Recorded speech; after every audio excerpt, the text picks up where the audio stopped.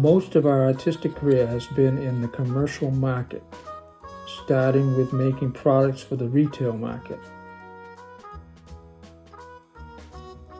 then making prototypes for the visual merchandising market and for manufactured products in the gift market. Most of these commercial sculptures were made using the direct plaster method over a wood and wire armature.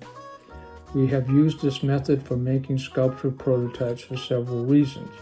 It is much easier than any other method, easier to transport, and more preferable for the mold making process.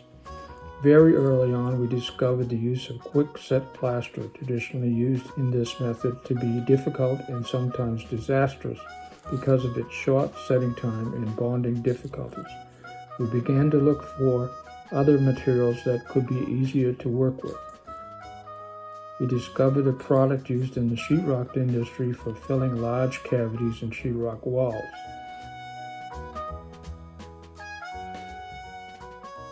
Most of this video will be a demonstration of the use of that material, along with the process of making and using a wood and wire armature.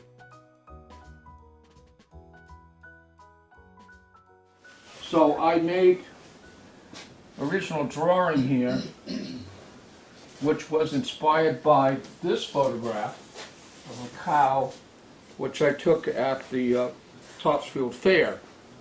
Every year I go to the Topsfield Fair and I take pictures of people interacting with animals, and then the following year I try to do a sculpture of that photograph at the fair as a demonstration. That inspires the series and keeps it going and so forth. Anyway, I always liked this little photograph that I took at the fair, so I started doing some research about this whole subject matter about people sleeping with animals. It's very Sounds kinky. yeah, well, it's kind of common. You see it at the fairs because the agricultural people, they come there and they show their animals, but by the time they get there, they're exhausted. It's sort of like the subject matter. Anyway, so I started this drawing, and the first drawing is this, and I kept looking at it, and I was concerned about two things. First of all, that I thought that the person was too large in conjunction with the animal, especially in regards to this reaction here, this where the belly of the animal is a pretty large volume. And I also, in order to do this, you really need to have a drawing of something that's looking straight down on top of it, so that you can get drawings and tracings off in it. So that's the second version, and you can see it's kind of beat up because I did make additional changes to it after I got it blown up 400%. From that, we started one-dimensional decisions about this animal looking down at the drawing like that, but three-dimensional decisions that can be made unless you have a maquette about it. So this is a maquette of that piece. It only takes a little while to do that. It doesn't, it's soft clay. And from that, then you can start making dimensional decisions. So this is the first pieces of the dimensional parts of the, and how you interpret it in wood pieces. And this is the leg, the head, taken off from the original piece. And I number them and color them so that I don't get confused as to where they go. And once I got to this point, I said to myself, all right, if this is going to be cast, then we have some really major problems with the casting of it, in that it has serious locks in it. A lock is an area like this in here, or an area like this in here, that in order to make a mold of that would be very, very difficult. So the next decision was that the human being itself would be separated from the animal, and that you engineer it so that this could come up, be cast separately from that. So these are the pieces over here being cut out of plywood from this pass, okay? Took pictures of it so that you could kind of see how that happens. These are some more just making judgments. When you cast them, you make it so the body goes in without the feet would be a separate piece. That's right.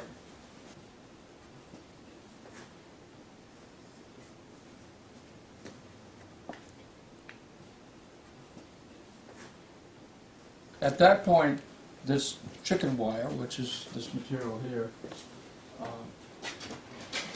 is cut and stapled over the surface of it. And the reason I use this is because it has flexibility. You can stretch it in 3 dimensions, as opposed to something that's more rigid like this, which when you try to bend it into a 3rd dimension, you're going to get a fold in it. Obviously, if you want to make ears out of plaster, they're going to be pretty delicate. So this is called sculptor's aluminum wire, and it's just bent in this shape, and then I take epoxy, not epoxy, and mix it and make the rigid armature for the ears of the animal.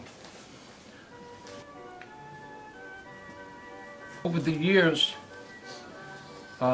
working with carousel animals, most carousel animals have taxidermy eyes mounted in them. And this is a pair of taxidermy eyes here, mounted in approximately what I think the head of the animal would be. These come as casts, different sizes. This is called a crystal, which is a certain size, and then they come smaller, right? And so you can select the millimeter size that you want and the type of eye, and you'll make it. Jeff, question. So you're going through the trouble getting these taxidermy eyes, but the whole thing's getting covered with plaster. But that's going to be a final look? No, actually what I do is I take 2 sets of taxidermy eyes. I put 1 set in this piece here, right? And then after it's cast, the eye is cast in the cast, right? So then I grind the eye out, right, and put a new eye in, usually from a cavity from underneath or in back of it or something like that, so you can put it from the inside out to the surface so it looks natural. If you grind it all out in the front, you can't see that completed surround around the eye. All cast animals for carousels, that's the way it's done. There's a materials list here. In that materials list, I try to explain some of the detailing when it comes to materials, methods. On this sheet too, talking about bonding of plaster and what you have to go through to do that, and why you wouldn't do it or why you would do it. Okay. So that Durabond stuff, you can just put it on old stuff and keep building it up and building it up? Forever. Okay, good. Okay. Is that the same as hydrocal or is it different? Durabond is a plaster medium, okay, but it has additives in it to overcome the problems that plaster has with bonding with itself, and also to regulate its drying and working periods. It comes in various set times between 20 minutes, 45 minutes, 90 minutes, and it was developed for the sheetrock industry. All right, so that somebody can go in and they can do a whole sheetrock project in a few hours and come back and not even have to sand it if they do it professionally. That's where the material came from, right? And so anyway, first process when it comes to doing this thing is to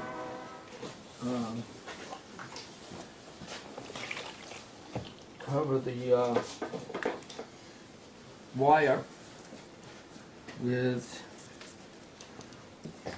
cloth.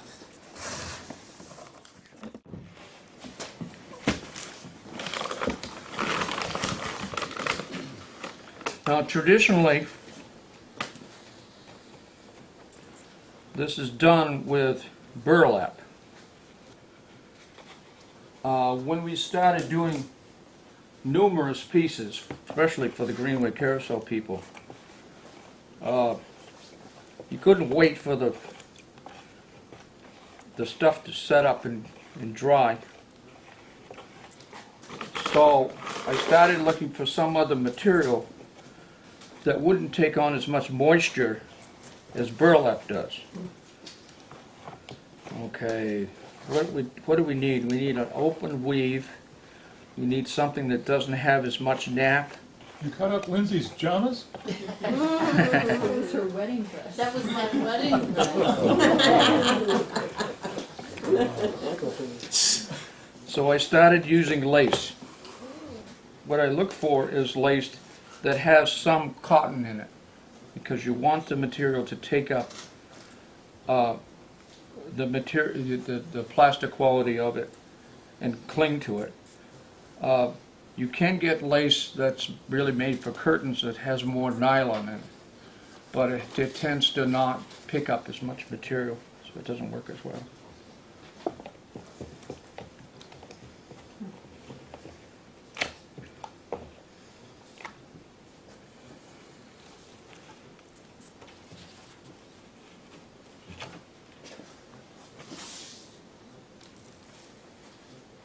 And needless to say, it's messy. Well, you like going smaller sections at a time, you know, like drop a whole cloth in there or something? No, you want it to overlap if you can, so that one piece of it runs over the top of the other. Yeah. And it's easier to get it soaked through probably with a smaller section. You can have them cut so they fit right in your bucket. Get a bigger Well, bucket. Yeah. Depends on the scale of what you're doing, of course, but basically that's it. Have you ever used burlap, Jeff? Yeah, that's why, well, I have a burlap piece here. As long as you don't, there's two advantages to not using burlap. First of all, it dries faster, because it doesn't take on as much moisture. And then when you go back to start cutting it and shaping it, the rasp of the cutting tools will go right through this fabric. Whereas with burlap, it'll catch the burlap and pull it out of the surface. About how thick a plaster thing you end up usually having? That varies depending on what your interpretation of the surface is. Yeah. All right. When you make this armature in the first place, you're making judgments as to what you think it's going to look like. And where? Right. Yeah. All this is doing is establishing a shape which is strong enough to take the surface and so that you can start surfacing it, right? The primary reason for using this is because you want to, if your design has extensions, right? If it's a block of material, you could use styrofoam, which you've used, we discussed that earlier. But if you have an extension like that, or like that, or ears, or God knows what, then you run into a problem, as you know. This is how you solve that problem, right? The second thing is that if you make something out of styrofoam, as you know, it becomes pretty damn delicate, right? You have to be concerned about moving it. The bigger it gets, the more difficult it becomes. Sure.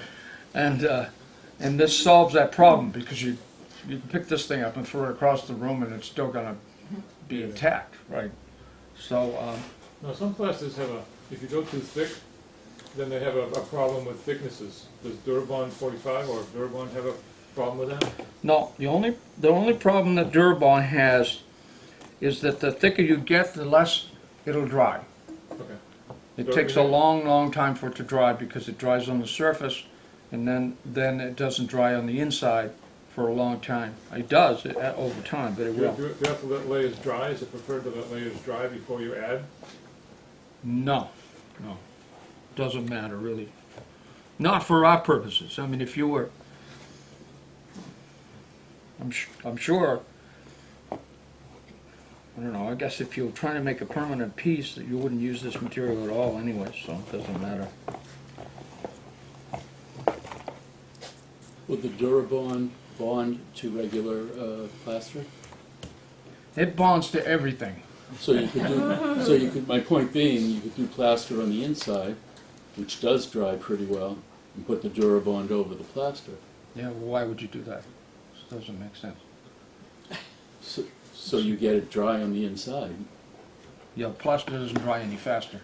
It doesn't. No, not if you get it thick enough. It'll sit there and do the same. Anyway, we'll come back to that a little later. Now, rule of, whenever you use this stuff, never throw it down the sink. It sticks to everything. It'll stick to the tools. It'll stick to the inside of your pipe of your sink. Okay, we're going to let this set for a little while, about 90 minutes or something like that, maybe an hour. It'll be set up enough so we can put another coat on top of it. Subsequent coats, you also still use the lace? Excuse me? Subsequent coats, you still use the lace until you get No. to something sizable? No. Okay. So, this morning, I wanted to talk about the fact that you could tool this wet or dry. Those who have worked with plaster know that you reach a certain point you can't work the plaster any longer because it becomes crystallized. And it becomes hard. You can work it with rasp, but not open rasp. So I did this morning. This is a wet piece. So with an open rasp, this is a called a shore foam rasp from. It's auto body, isn't it? Yes, these are auto body stuff from. This is Stanley Products. You've got several different kinds here. This type. This type. And they have replacement blades on the front of them. So I made this up this morning. This is about an hour away.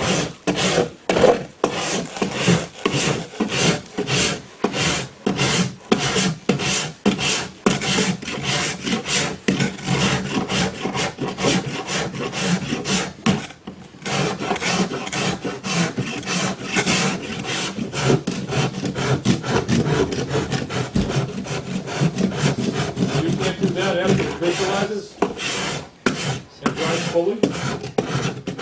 Not with this tool. Okay. You can do it with this tool, which I'll show you in a minute.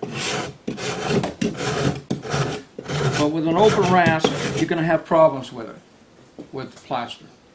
This stuff you can't.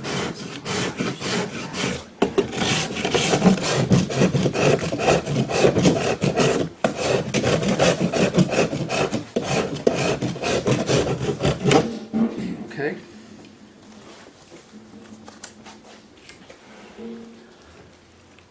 Now, if you try to do the same, this is a day old. You try to do the same thing. You can, but you're going to get resistance. So if you take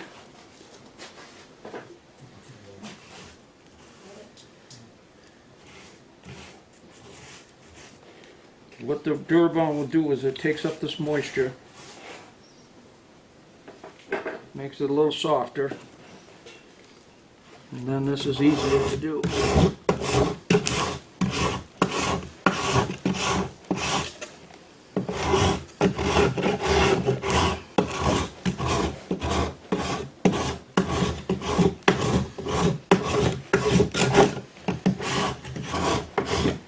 Okay. Once it's dry, You just keep going back and forth with adding the water to it once you kind of carve off the wet bits. you can do that as well. Once it's dried, and this piece here is this has burlap underneath it. Oh no, actually it doesn't have anything underneath it. And this has a burlap, this doesn't. The disadvantages of doing this over styrofoam without something underneath it is just that it's not as strong. It'll break like that. Whereas it got more resistance here. Alright, once it's dry like that, then a double cut rasp is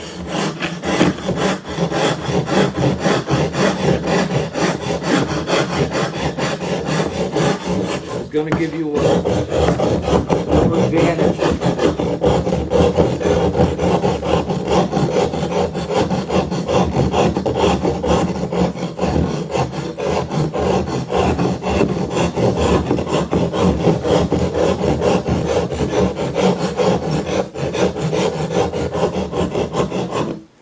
And if you want to get a little finer, you can do a regular rasp.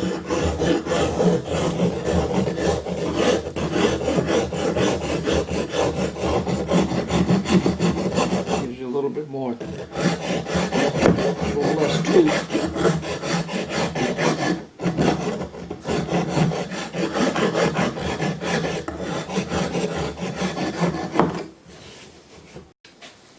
Another tool I use is 36 Grit Sandpaper. 36? Yeah. As you could take and do a moist surface like that.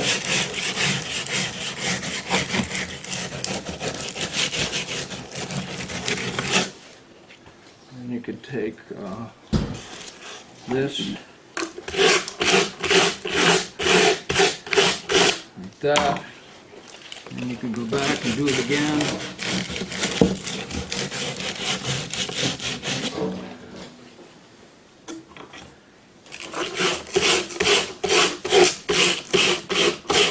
Now this sandpaper comes from rental houses that rent floor sanders. This is a piece of 36 sandpaper that has a resin back. If you have a paper back, it's not going to work because it'll take on moisture immediately. So this comes from rental places renting floor sanders. I also picked up some 20 the other day. I don't know. I haven't tried that yet. Seems like a little bit too much. Anyway, that's another material that can be used very easily. So the point is, with the Durabond, you could do it wet on wet. You can tool it wet. You can tool it after it's semi-dry. You can wet it and tool it some more. You can tool it once it's dry. You can add more material to it. All the things that are really difficult with plaster. How does it compare in price to plaster? Similar? A bag is $15. I mean, there's not a lot of material in there. Yeah. You know, you could buy a bag of plaster, 60 pound plaster for what, $40, $45, $50, which is 4 times as much as that. Yeah. So it's, you know, Comparable. it's there but not really there. The following photographs show direct plaster application process. Durabond soaked lace placed over wire structure. Completion of the cloth layer. First application and tooling of a heavyweight Durabond. Several layers of material being applied and tooled. It is now ready to sand. So, this guy, he's had that coat and then maybe 4 other coats so far. And the way that he's tooled is with a serrated knife like this. When the material is moist, this works really, really well. All right. if you want to add a new surface, these are squeegees, by the way. I'm sure everybody knows what those are. Probably everybody's used them in some way or another. Okay, something else you wouldn't do with plaster. I just added some water to it, like that. If you did that with plaster, it would turn into a mess. This stuff, doesn't care. Jeff, you use the 45 most of the time, or do you use the other working times at different? Well, I like the Project. 45 because it gives you some work time, yet it sets up fast enough so you can keep working. 20 minutes is too fast, and 90 minutes, forget it. Got things to do, you know. All right, so.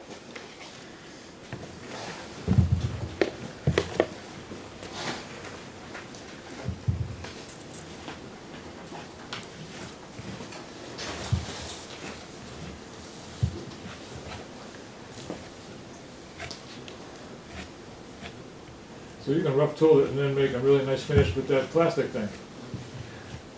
Yeah, you can go back and forth, and then as you see, when you see things that you don't care about or you want to change, you just take the old grinder to it, grind it off, start over again. And you don't have to pre-wet the surface to help it bond better. Nah, doesn't affect it at all.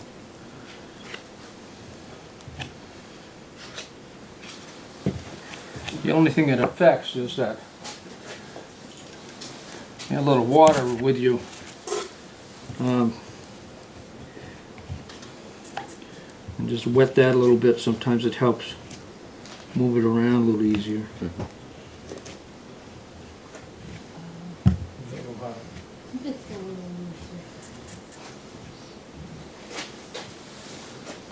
How many coats of that do you put on? You're a sculptor. You're not satisfied until it's done. Wait a minute, they're never done. You're kidding. So you just keep going until you're happy. That's all. It seems with the Durabond, any mix ratio is the right mix ratio, kind of, depending on how you're working it? Or is there kind of a golden window of too much or too little with it? Well, on the upper level, when you get to the point where you've added too much water to it, then it turns into kind of like a mess. But And could you otherwise, just add more Durabond to the too thin mix and yeah, improve that's it? what I just did, basically. You know, just like, you know, So it's very forgiving then. very forgiving. Yeah.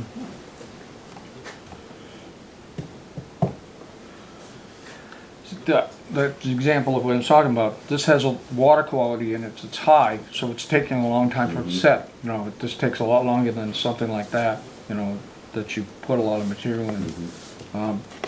Again, I try to investigate the chemical stuff they put in it. And I got some of the information here. It's in there. What they put in, because they don't tell you what the formula is, of course. Right. You know, they You don't just want to get do a that. 12-page MSDS sheet. Right, and then you try to read it and you say, what is that? You know, Can you accelerate the Well, they want time you to buy by their a product. heat lamp or something? Or lights? I haven't done that. I can't imagine it would help a hell of a lot. I do know that I keep my studio, the humidity level, way down because I use a stove all the time, and the heat from the house has no moisture content in it at all. And that helps tremendously. Get the moisture content down, it'll dry it rapidly. Well, that's true of any material, really, but this particular material.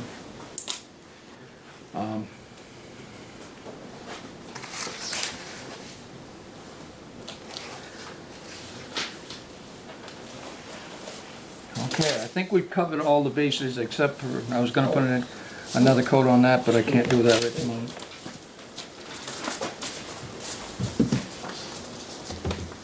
It's not setting up as fast as I was hoping it would. When you Anyway, use questions, anybody? When you use a brush to apply the water, in the sand business, we use a spritzer, a spray bottle a lot.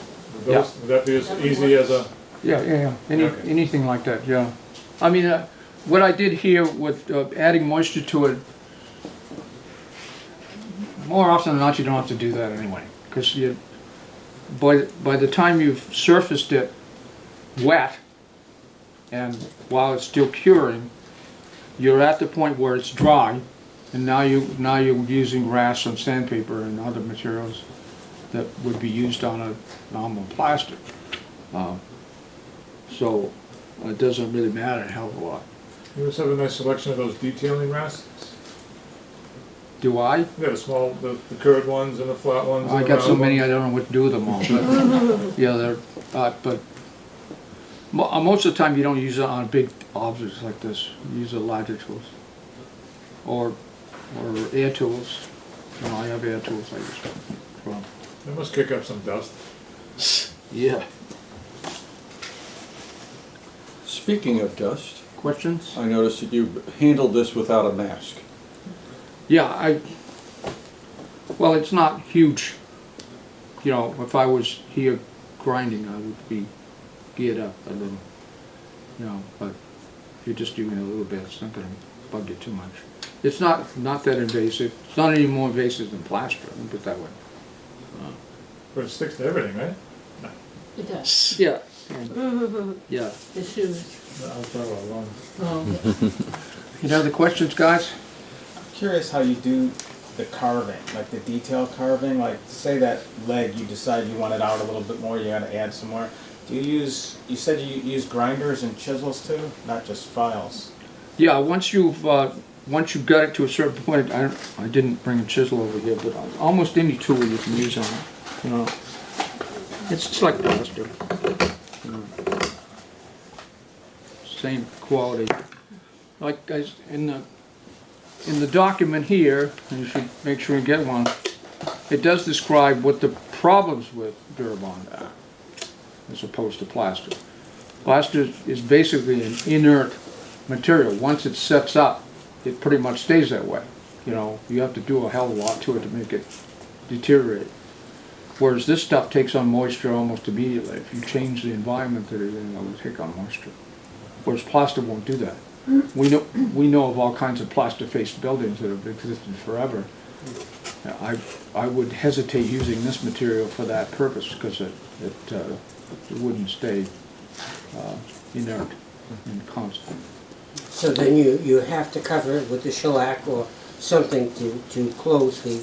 Yeah, the whole purpose of this process is to make something that then becomes a mold. Oh, then it becomes the mold, okay. That's the original piece and you're going to mold it. Okay.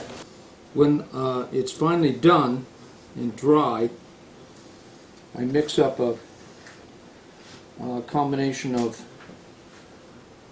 white shellac and alcohol, 50-50. And you put that on there and it sinks right into it. It goes boom like that. And that pretty much makes it pretty much stable. Would you do that with plaster also? You could.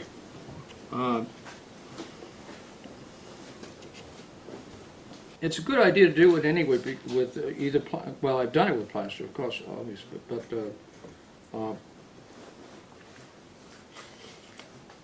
Probably helps when you're molding it. the reason to do that is because if you spray dried plaster surface, if you spray paint on it, it tends to set up on the plaster surface. It won't adhere to it. It'll set there. And so later on it either peels off or if you try to add something else to it, it'll release itself from the plaster. Same with this stuff. So if you put a shellac surface on it to start with, then you can do almost anything on top of it because now you have a bonded surface and you don't have the reaction between the plaster and that material. Just a mixture, approximate mixture of the shellac and alcohol. I say 50-50. You know, you want the shellac to penetrate into the plaster or the Durabond before it dries. Before it dries.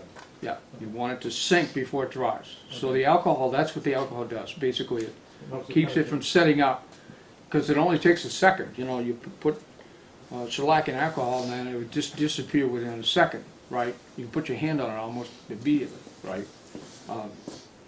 Once it's penetrated, then if you try to put a second coat on, it'll set on top of it. Right, right. You know, then you'll know that it's.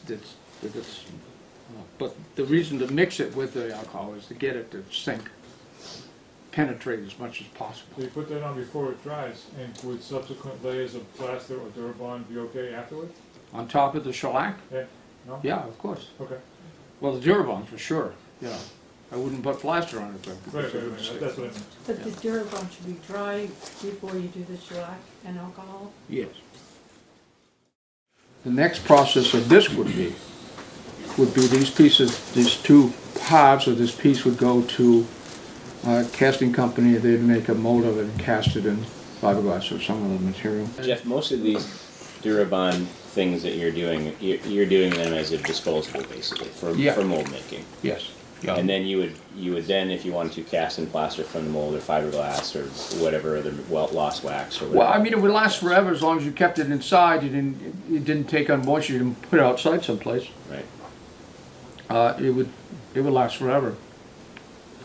We did carousel animals on spec for different clients, and did it just in the Durabond, and then finished it with Like full auto body cane, paint or full something cane like coat on it the whole 9 yards, but it's still Durabond. I mean, if they drop it or something, it's gonna crack and break, you know. So, and that's been done on spec, you know. Whether they're proposing a carousel, they want a particular design. They've designed a piece, or they've had me design a piece, and I'll make the original piece, and we'll run it through the painters, and then they have something to show their client. You know, this is what it's gonna be like. Yeah, kind of stuff.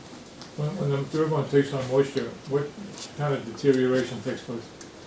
It's similar to what plaster would be if you put plaster outside and you let it set in the water for months and months and months and months. It would start breaking down, Okay. but the Durabond does it 5 times faster. Okay. So just within days, it will start falling So apart. once you make a master, you really don't want to look at it again.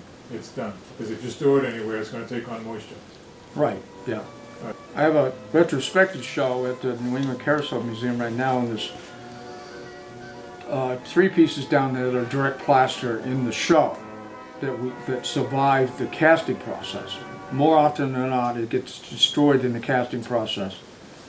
Mostly because once they get the mold on it, and then they try to pull it back off again, inevitably what the guy does is gets a big screwdriver or a pry bar or something, and he starts prying away at it, and he destroys the inside of it. And the reason for that is that because the suction between the original and the first rubber mold is so severe, you know, that there's no air in there whatsoever anymore, right? So when it sets up, it takes all the air out. So you got a full suction on against the material surface. So and also the mother mold has the same problem in that when you lay a liquid mother mold over the rubber, it also is taking out all of the air out of it. So in order to get those apart, takes a lot of effort sometimes.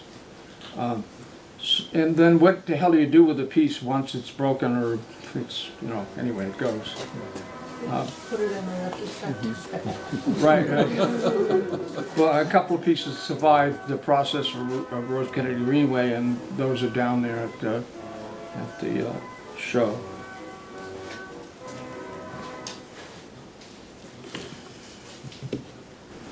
Well, Is you it can hot to the touch? No. There's no thermal anything with this stuff. So Jeff, to be clear, if you're using a Durabond and then you coat it with the shellac alcohol and then paint it, can you put it outside? No. No. It's still still it's got basically a white wall. Like it's the same material as your walls. under any circumstance would you put your wall out, inside wall outside, it wouldn't work. Moisture's gonna find a way in. I put plaster pieces outside though, year after year. This isn't plaster. It's not, yeah. Right. Yeah, Durabond is not gonna won't be nice Yeah. for that purpose. About 30 years ago, we made an 8-foot woman out of plaster right out in the backyard. And every day that we came to work on it, we'd have to hose it down with a garden hose to get the plaster to stick, even working on it every day. And that's before we knew about this stuff. Kind of changed your life a little bit, huh? Yeah, and it was really, really heavy. It took 6 men to get it into the van. So much water weight. Yeah. Yeah. We did a Timberland Mountain here. First project we ever did in this space here was 10 feet high by 15 feet by 20 feet. It's a rectangular piece. Super realistic rocks. It's for a display of shoes. So it had rocks, fake rocks, built up from ground level up to the corner. It was a corner piece like this size. And we engineered it so that it would come apart, and we pulled the flatbed truck in here and dropped the pieces on it, and that went to the show. How thick would you make it on the chicken wire? However thickness it needed to be to get the shape you're looking for. Again, it depends on how big a piece you're making. Okay. Yes. So I guess the next question is, how thick have you ever made it? Where you've been working a piece and you just keep adding, realizing you want to add more material and add more material to get a different shape. How thick have you ever? Give a sense? I have no idea. I mean, we're talking More than an inch? Oh, yes. Yeah. More than 6 inches? 4 inches, 5 inches, 6 inches maybe, someplace. Depending on what it is. Is there a minimum thickness over the lace and the chicken wire that you want to stay above? Like ½ inch? Would that be rigid enough? As long as nobody's... 3/8, if you could manage that, Yeah. would work. But you have to really engineer the armature big time to get within those dimensions. I mean, it's just... Well, I'm just thinking if you got a thin spot, and if anybody poked it. Well, your lace would I'm hold. rushing this a little bit. You can see the cloth moving underneath it, but basically...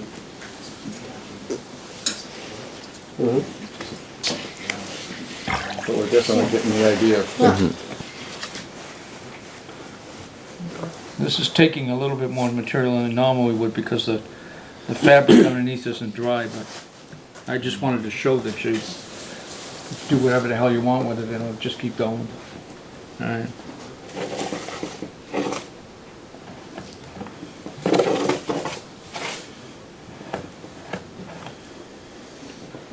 With a quick set plaster, none of the stuff you'd be able to use it again. I mean, it just would be gone within minutes. So it's pretty efficient, all things considered. I mean, even though the material is more expensive, you pretty much use all of it. I find that with a lot of materials, that the how finely it's been ground depends on how much detail you can get. A better plaster, it's got the molecules of it are thinner or smaller. You can get more detail. Spackle, for instance, that's the finest material that you can get to do detailing with. And you can work with that as long as you don't build it too fast. Could you put spackle over that? Yeah, I would shellac it first. Yes, okay. Because what happens with additive mediums on top of this is it sucks the moisture out of it. In other words, if you took spackle with moisture and you put it directly on this when it's dry, it would suck the moisture out of it and the spackle would fail. or it wouldn't bond, one of the two. But it does bond to shellac. Yeah, the shellac seals the pores of the material, and then you can add anything you want to it. You can, spray it or paint it or whatever. Do you get like seam lines where the shellac dissipates and it goes onto the Durabond? Do you get like a line there that is distinguishable in a mold or a casting? No. Oh, okay. I mean, if you wanted to go beyond just a shellac surface, right? We've done this before. Finish the surface to a certain point and then spray it, have it sprayed. Mechanically, we take a lot of stuff to outer body places, and they spray it with an epoxy-based spray over the shellac, and now you got really a hard surface. And if you still don't like what it looks like, you can bring that back and then sand it some more, but 120 or 400 or whatever the hell you want to do, and then spray it again with something else, or polish it, whatever you want to do. I mean, once you got the surface so that everything else on top of it will bond. I'm not saying shellac isn't the only thing. Some people have used, or we have used urethane. We've watered down urethane and used it for that as well.